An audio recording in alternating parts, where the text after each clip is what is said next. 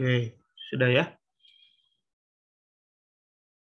Eh, ini sampelnya, terus ini intervalnya. Berarti kita tinggal masukkan sampel, kita pilih yang record, pilih random.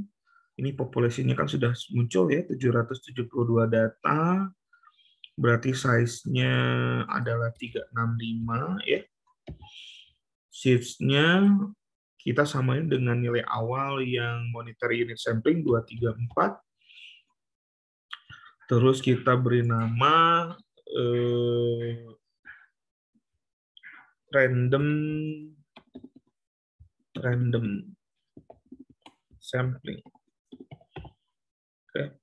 Oke. Yes.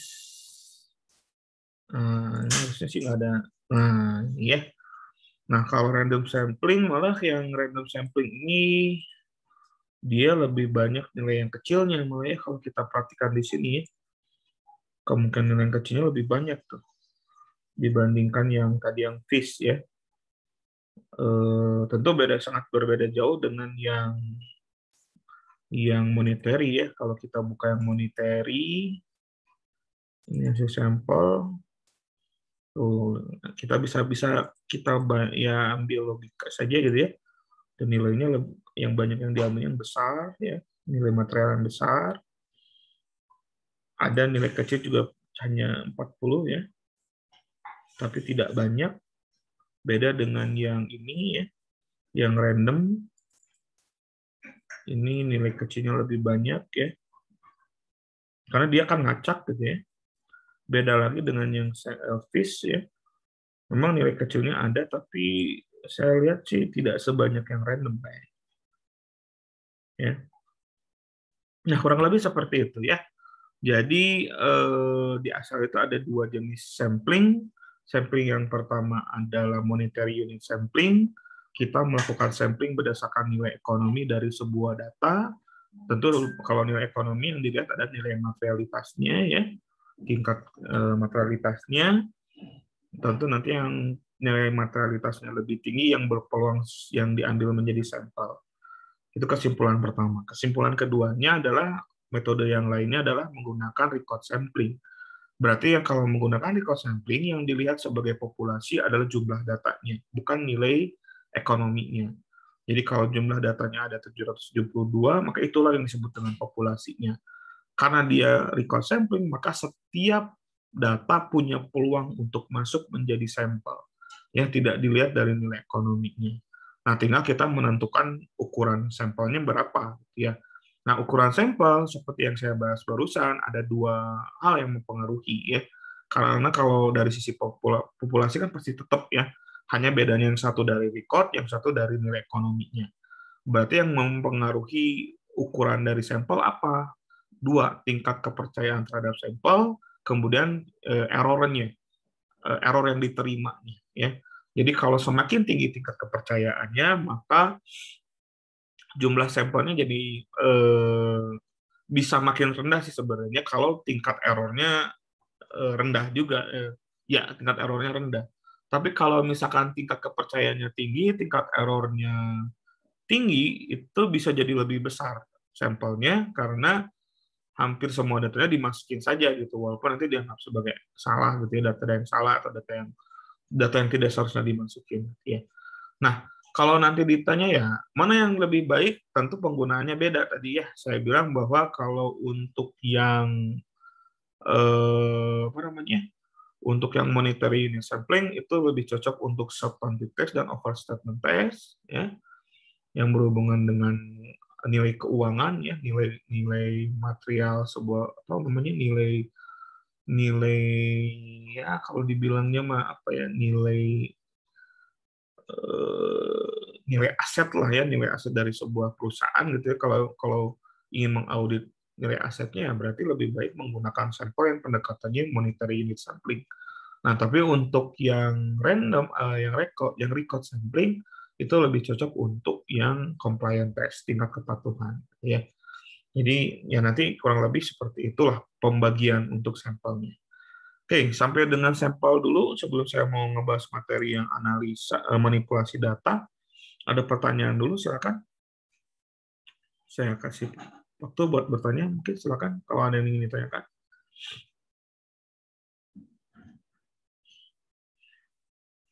Retno mungkin, Ulfa, Dena, Nova, ada pertanyaan? Seni, Siti, Ayu? Tidak ada, Pak. Tidak ada, Pak. Cukup jelas berarti pembahasannya? Cukup Tidak. jelas. Cukup jelas ya. Ya mudah-mudahan kalau jelas ya nanti Anda bisa implementasikan gitu ya. Nanti kalau misalnya suatu saat mengaudit menggunakan ACL, kurang lebih Anda sudah tahu lah bagaimana menggunakan fitur sampling gitu ya. Oke, kalau tidak ada pertanyaan, saya bahas ke manipulasi data 1 ya. Ini sebenarnya nanti ada kelanjutannya ya. Nanti kita minggu depan di manipulasi data 2 itu nanti berhubungan dengan sort index, relation dan seterusnya lah ya. Nah, hari ini yang manipulasi data 2 saya cuma mengambil 2 saja. Yang pertama adalah ekstrak ya. Yang kedua adalah summarize. Kalau nggak ini summarize sempat saya bahas kalau nggak salah ya. Cuman tidak saya jelasin lebih detail gitu ya. Nah, jadi di manipulasi data ini yang bagian pertama ini, yang pertama adalah ekstrak. Nah, ekstrak ini apa? Ekstrak ini sebenarnya fungsinya adalah untuk memecah-mecah gitu ya, membagi-bagi data. Dengan tujuan apa ya? Auditnya misalkan kita auditnya mau spesial audit, misalkan spesial audit untuk misalkan pos beban misalkan gitu ya. Kita punya data keuangan secara menyeluruh gitu ya, misalnya data keuangannya gabung semua gitu ya. Terus misalnya tiba-tiba Anda kebagian tolong dong auditnya untuk beban-beban saja misalkan. Tentu kan kita harus pecah dulu kan, bebannya harus dipisahkan ya. Kenapa Pak harus dipisahkan? Ya tadi ya, kalau tadi datanya banyak terus Anda cuma meriksa bebannya, ngapain gitu kita harus buka data semuanya kan. Mending diekstrak aja, pecahin aja, pisahin aja, ini yang beban ini gitu. Anda bagian beban misalkan, terus nanti rekan kerjanya misalkan bagian piutang gitu ya, rekan kerjanya yang lagi bagian hutang, misalnya yang satu lagi bagian kas gitu ya, yang satu lagi bagian pendapatan gitu ya, terus misalnya yang satu lagi tentang inventorinya misalkan. Nah, kalau inventorinya banyak, misalnya inventorinya ada sekian gudang, mungkin gudang yang satu siapa, gudang yang dua siapa yang auditnya, dan seterusnya. Nah, mungkin kan kalau kita bicaranya datanya sudah terkomputerisasi, maka ada istilah yang namanya integrasi data, gitu ya. Dengan kata lain, data itu terpusat dalam satu server, gitu. Terkumpul dalam satu tempat. Database-nya satu, gitu, tapi diakses oleh banyak komputer, kan gitu ya. Logiknya kan seperti itu. Nah, kita sebagai auditor gimana? Kalau misalkan mengakses data secara gelondongan gitu ya istilahnya gitu ya, datanya besar, tentu yang pertama akan dirugikan adalah komputer yang kita gunakan, memorinya jadi besar kan tadi seperti saya bilang. Prosesnya jadi lama, bukan prosesnya Anda mengauditnya, tapi ketika Anda menggunakan komputernya jadi lemot gitu ya, lemot, terus nanti mungkin ngeheng, terus jadinya nggak kesimpan, dan itu buat saya, buat ya yang berhubungan, yang bekerja dengan komputer kan sangat bikin ini ya gitu ya, sangat menyusahkan gitu. Maka ekstrak ini fungsinya untuk tadi itu ya, memecah-mecah data menjadi bagian-bagian tertentu. Nah, pertanyaannya dipecahkannya gimana? Ya tentu tergantung mau mecahnya berdasarkan apa gitu ya. Kalau tadi misalkan berdasarkan beban dulu, misalkan si A beban, si B piutang, si C ini gitu ya. Itu berarti dipecahkan berdasarkan nomor akun gitu ya, atau berdasarkan jenis akunnya gitu ya. Nah, kalau misalkan tentang pembayaran gaji, misalkan per departemen mau diaudit, ya tinggal pecahnya berdasarkan per departemennya. Nah, yang jelas berarti ekstrak itu harus ada kategorinya. Gitu ya. Harus ada kategori yang sama, sehingga nanti kategori itu diambil menjadi satu bagian data khusus. Gitu ya, konsepnya seperti itu ekstrak. Nah, kita cobain ya, kita cobain misalkan kita menggunakan data inventory ya. Saya masukin dulu data inventory-nya. Ini bisa diekstrak nggak sebenarnya? Kalau ini bisa sebenarnya, yang AR ini bisa saja diekstrak ya. Mau hasil sampelnya juga kita ekstrak bisa sebenarnya. Nah, nanti mungkin ekstraknya berdasarkan ini sebenarnya ini ya. Berdasarkan tipenya. Atau mungkin ini saja biar nggak usah, juga nggak apa-apa. biar kita bisa coba dua kasus gitu ya. Nah, dari data AR ini kita mau ngekstrak, misalkan gini, kita ngekstrak dari data sampel yang kita ambil ini fish ya. Misal kita mau melakukan audit substantif lah, berarti kita menggunakan yang monetary unit sampling gitu ya. Nah, misalnya dari sini Anda diminta untuk melakukan pemeriksaannya terpisah gitu ya. Nah, di sini misalkan Anda diminta mengaudit berdasarkan tipe ya tentunya ya. Walaupun di sini kalau kita lihat tipe yen jadi lebih banyak gitu ya. Beda dengan yang ini kan. Kalau yang fish tadi ini kayaknya jauh lebih beragam gitu ya. Tuh ya, jadi lebih beragam ya. Nah, itu. Jadi yen-nya tidak mendominasi ya. Mungkin berarti kalau gitu kesimpulannya IN ini punya tingkat materialitas lebih tinggi ya. Ini kan tentang akun receivable, berarti piutang IN lebih besar gitu ya, pasti lebih besar. Nah, kalau misalnya menggunakan ekstrak, ya kita tetap tentukan saja kan. Jadi dipecah-pecah. Misalkan Ulfa misalkan diminta mengaudit untuk IN misalkan gitu ya. Berarti Ulfa tinggal pilih aja di sini, tinggal data, pilih ekstrak ya. Terus tentu recordnya seluruh datanya kan diambil ya. Nah, cuman ekstraknya kita pilih dulu ya. Ekstraknya adalah berdasarkan tipenya. Misalkan tadi Ulfa diminta untuk mengaudit yang IN misalkan. Dan Ulfa berarti tinggal masukkan saja tipe sama dengan ini IN ya. Oke. Tinggal beri nama misalkan AR IN misalkan. Nah, oke. Ini sudah muncul. Nah, sekarang kita buka dulu. Muncul nggak datanya? Kok muncul nggak? Nggak ada datanya. Jangan-jangan salah ininya. Coba kita cek dulu. AR in N harusnya berapa tadi datanya? Banyak kan ya? Di sini cuma 6 field activate. Oh, aduh, salah berarti tadi saya. Kita hapus dulu ya. Kita ulangi lagi.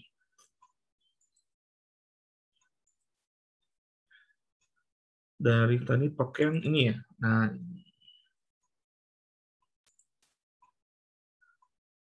kita coba pilih analyze, pilih data, pilih extract. Ini semuanya saja ya. Terus ini kita ambil tipe IN. Yes. IN. Ya. Oke. Bernama AR IN. Yes, tidak apa-apa. Tetap 6 ya. Yang mana nih? Oh, ini harus ini. Dari 146 ada 130 ya yang kenanya ya. Nah, ini yang semua. Nah, berarti nanti Ulfa hanya cukup mengambil data yang ini saja gitu ya untuk diaudit misalkan gitu. Terus untuk retno misalkan diminta untuk yang ini ya pakai monetary ya. Misalkan yang retno hanya memeriksa untuk yang tipe PM misalkan gitu ya. Nah, berarti langkahnya juga sama, tinggal pilih data, pilih ekstrak ya.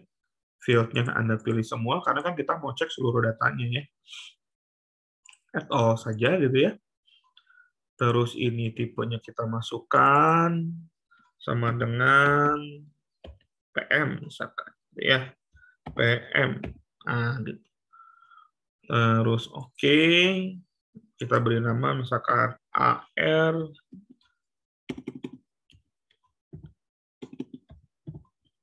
PM. Nah, Dari 146 data, ini hanya 12 saja, gitu ya. Hanya 12 saja yang muncul. Nah, ini bagian yang baik. Dan seterusnya, gitu ya. Gitu, langkahnya seperti itu kurang lebih. Nah, kalau misalkan di gudang, misalkan tadi yang saya bilang, misalkan kita diminta untuk memeriksa inventory, gitu. Inventory-nya dilihat berdasarkan gudangnya, gitu ya. Misalkan. Nah, ini misalkan saya masukin dulu data inventory-nya, gitu ya. Ini data, select, saya masukkan dulu inventory.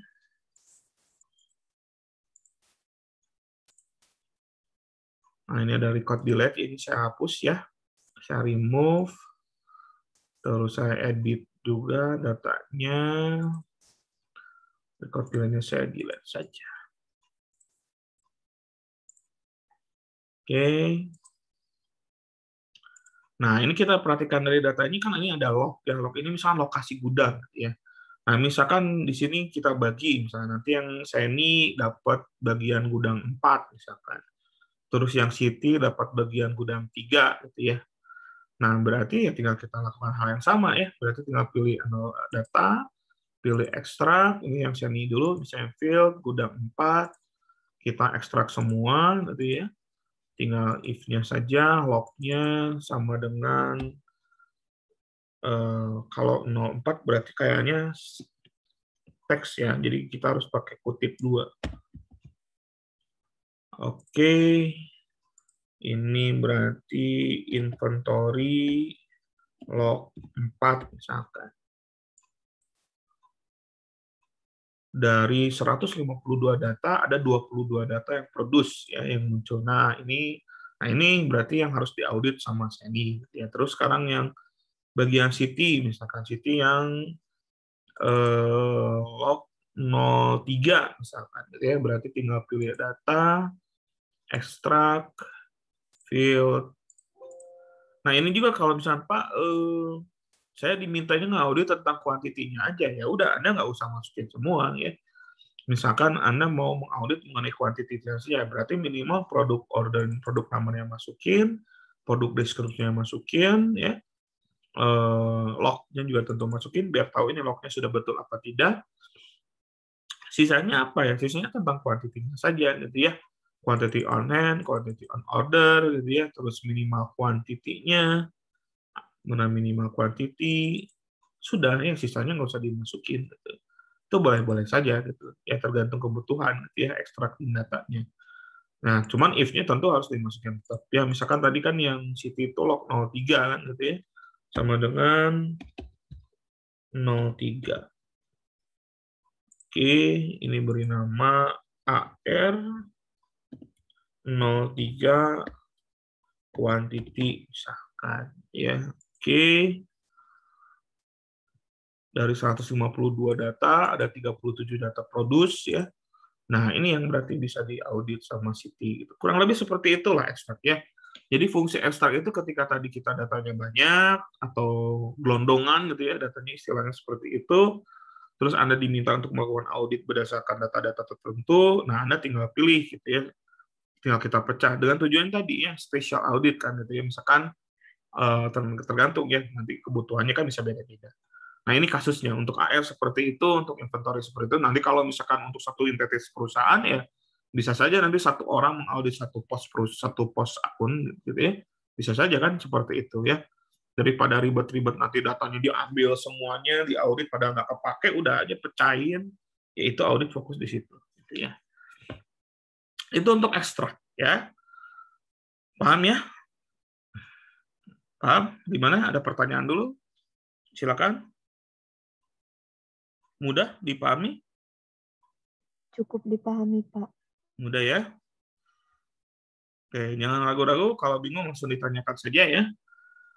Nah, sekarang selanjutnya yang keduanya adalah summarize. Ya, nanti Anda bisa baca-baca lagi ya kalau misalkan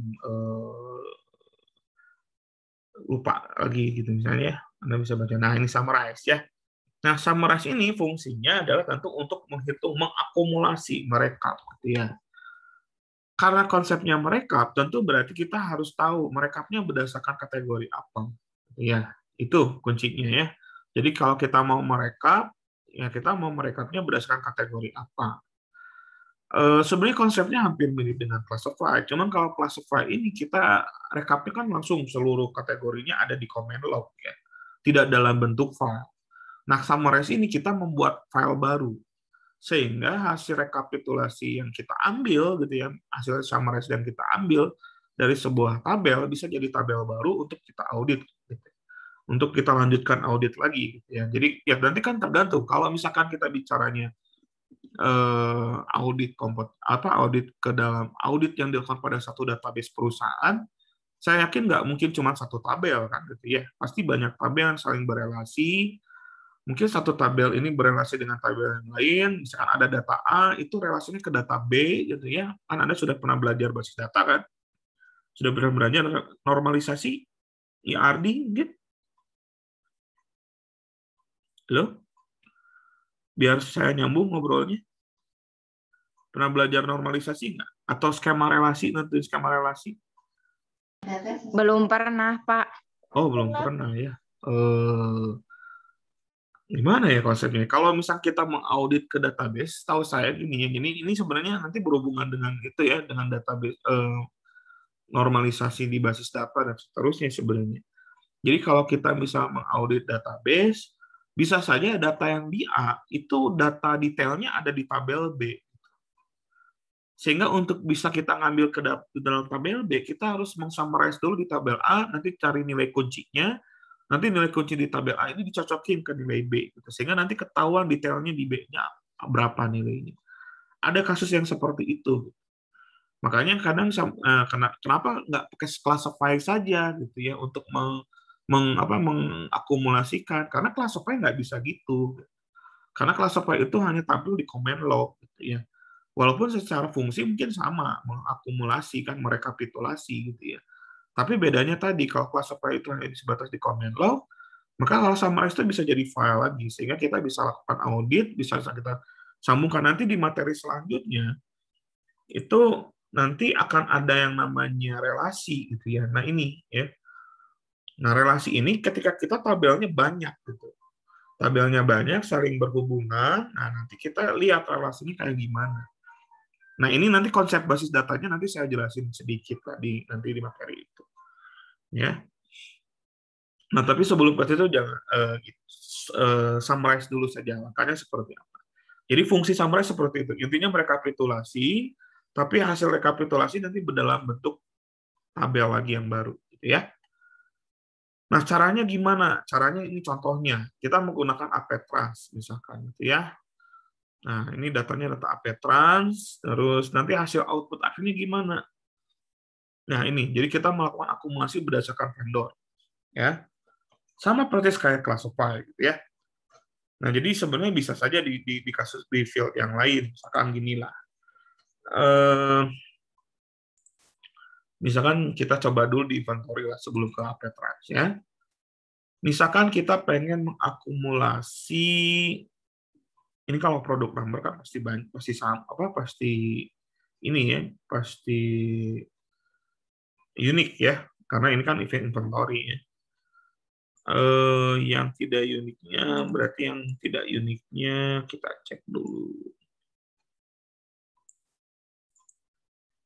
Misalnya ginilah ya, gampangnya gini.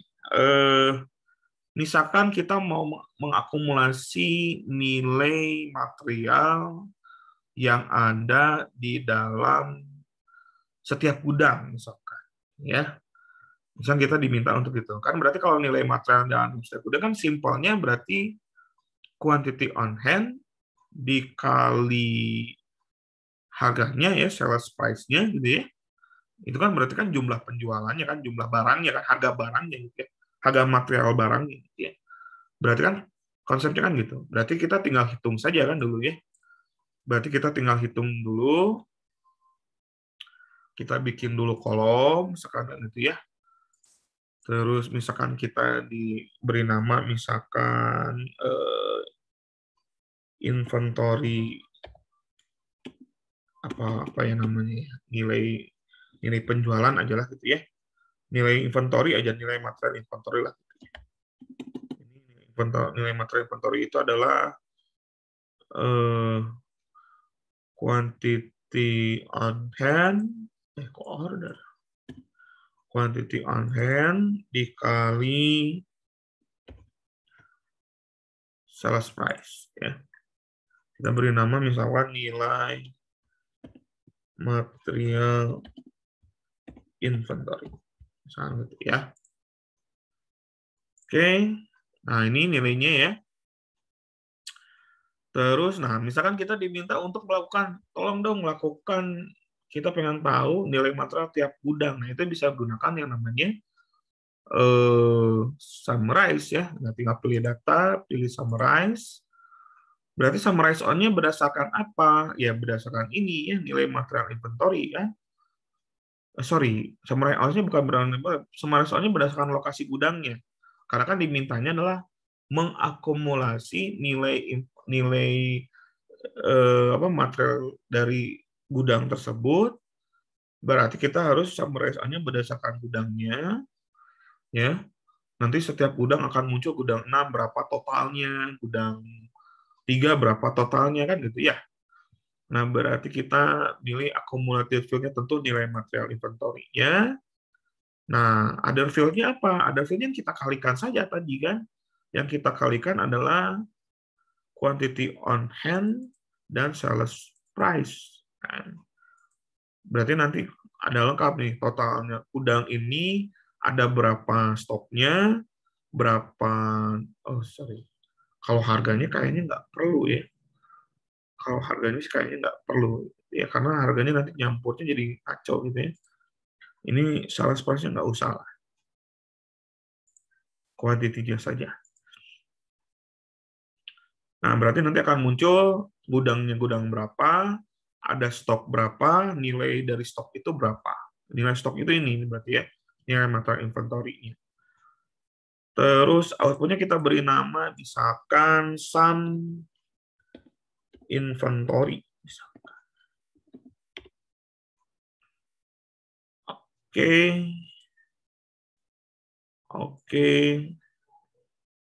7 record produce ya. Ini berarti ada 7 gudang kalau gitu. Nah, ini gudangnya ada 7 ya, ada 1, 2, 3, 4, 5, 6 dan 22. Ini ada gudang 22 cuma 1 ya.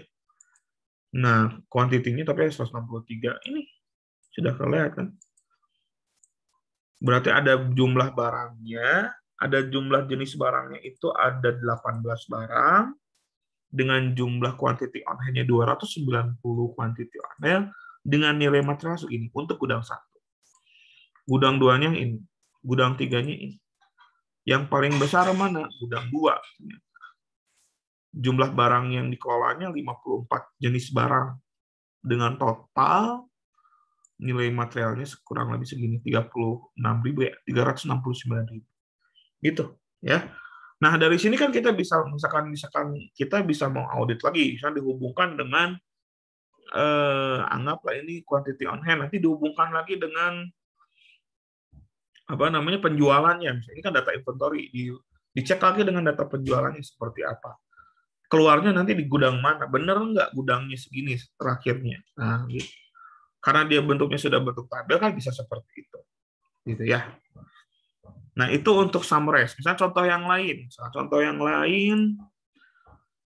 misalkan yang AR lagi ya, AR lah.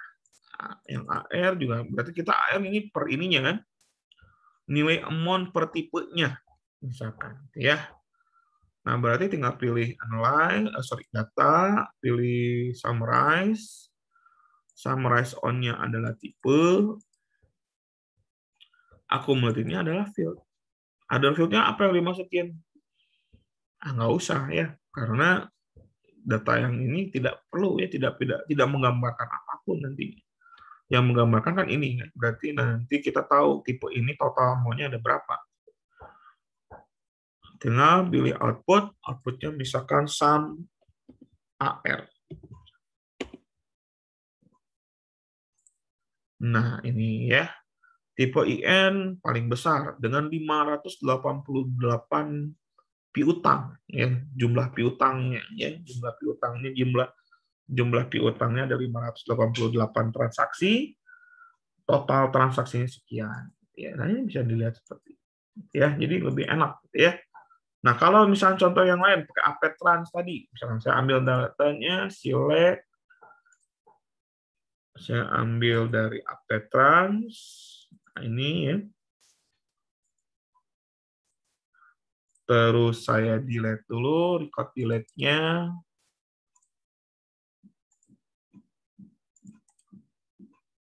Ya, terus saya edit lagi, record delete-nya saya hapus.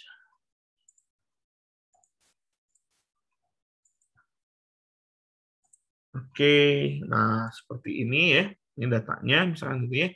Ini saya rapikan dulu biar mudah dibaca ya, produk number, quantity, invoice amount ya, unit cost. Ini kan akun payable transaksi ya, berarti harusnya ya, vendor ya. Nah, misalnya kita ingin mengetahui rekapitulasi vendor, jadi menghitung hutang terhadap sebuah vendor misalkan, ya. Berarti kan cuma ini dua ini aja ya kita butuhkan kan. Ini tinggal pilih data, summarize, summarize nya adalah vendor number tentunya. Akumulatifnya adalah amount field. Sudah ya, sudah terakumulat gitu ya. Beri nama misalkan sum vendor.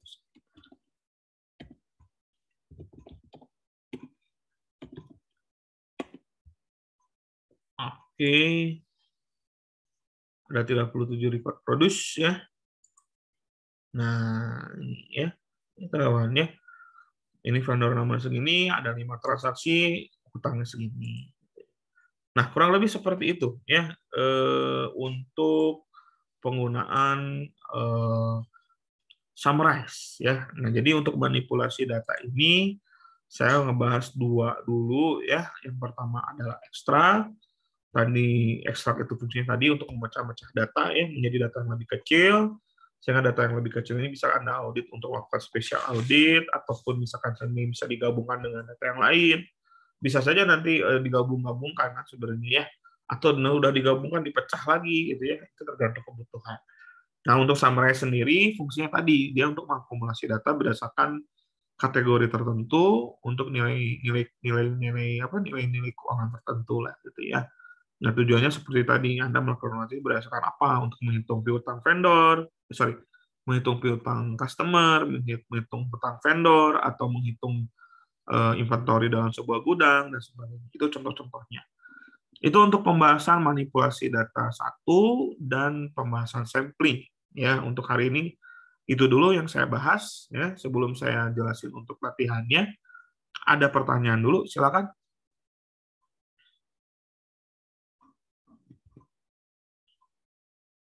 Tidak ada? Jelas semuanya? Tidak ada, Pak. Oke, kalau tidak ada. Nah, kalau tidak ada pertanyaan, ya seperti biasa ya, kita latihan dulu ya. 3 hari cukup? Cukup, Pak. Cukup ya. Oke, ini latihannya ada di tugas sesi, ini bukan sesi 13 ya, sesi 10 harusnya. Ya, nanti dibenerin lah. Silakan Anda cobain. Saya nggak tahu nih, produk salesnya bisa dibuka nggak? Karena ini CSV. Biasanya kalau CSV kalau di e-learning jadinya rusak, apa datanya rusak kalau nggak salah. Coba dicek, udah ada yang download produk sales CSV? Ada yang lagi buka nggak? Kalau memang tidak bisa, saya share di WA.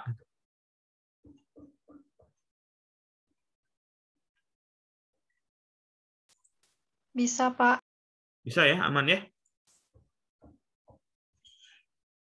Oke, kalau aman, nah berarti kan sudah ada ya di sini, di e-pintarnya ya. Di e-pintar, oh ya jangan lupa sudah absen? Sudah, Pak. Sudah, Pak. Oke, sudah ya. Sudah, Pak. Nah ini udah ada di sini ya. Produk sales yang ini ya. Nah, tugasnya 3 hari berarti ya saya sekalian aja saya tambahkan.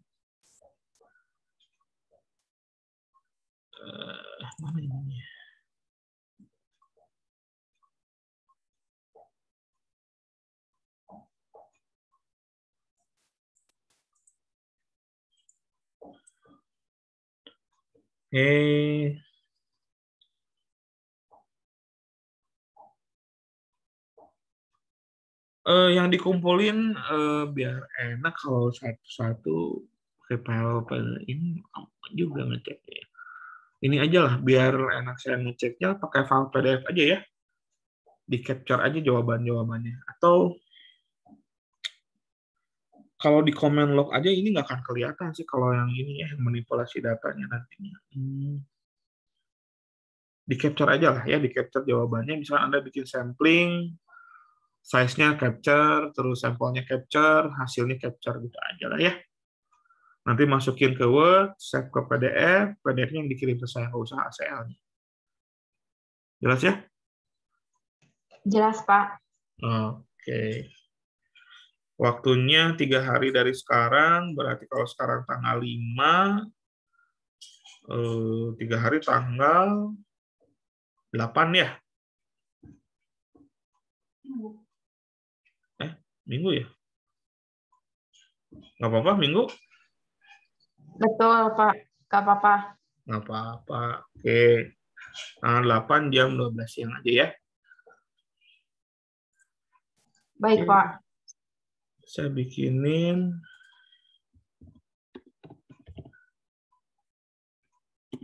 segmennya.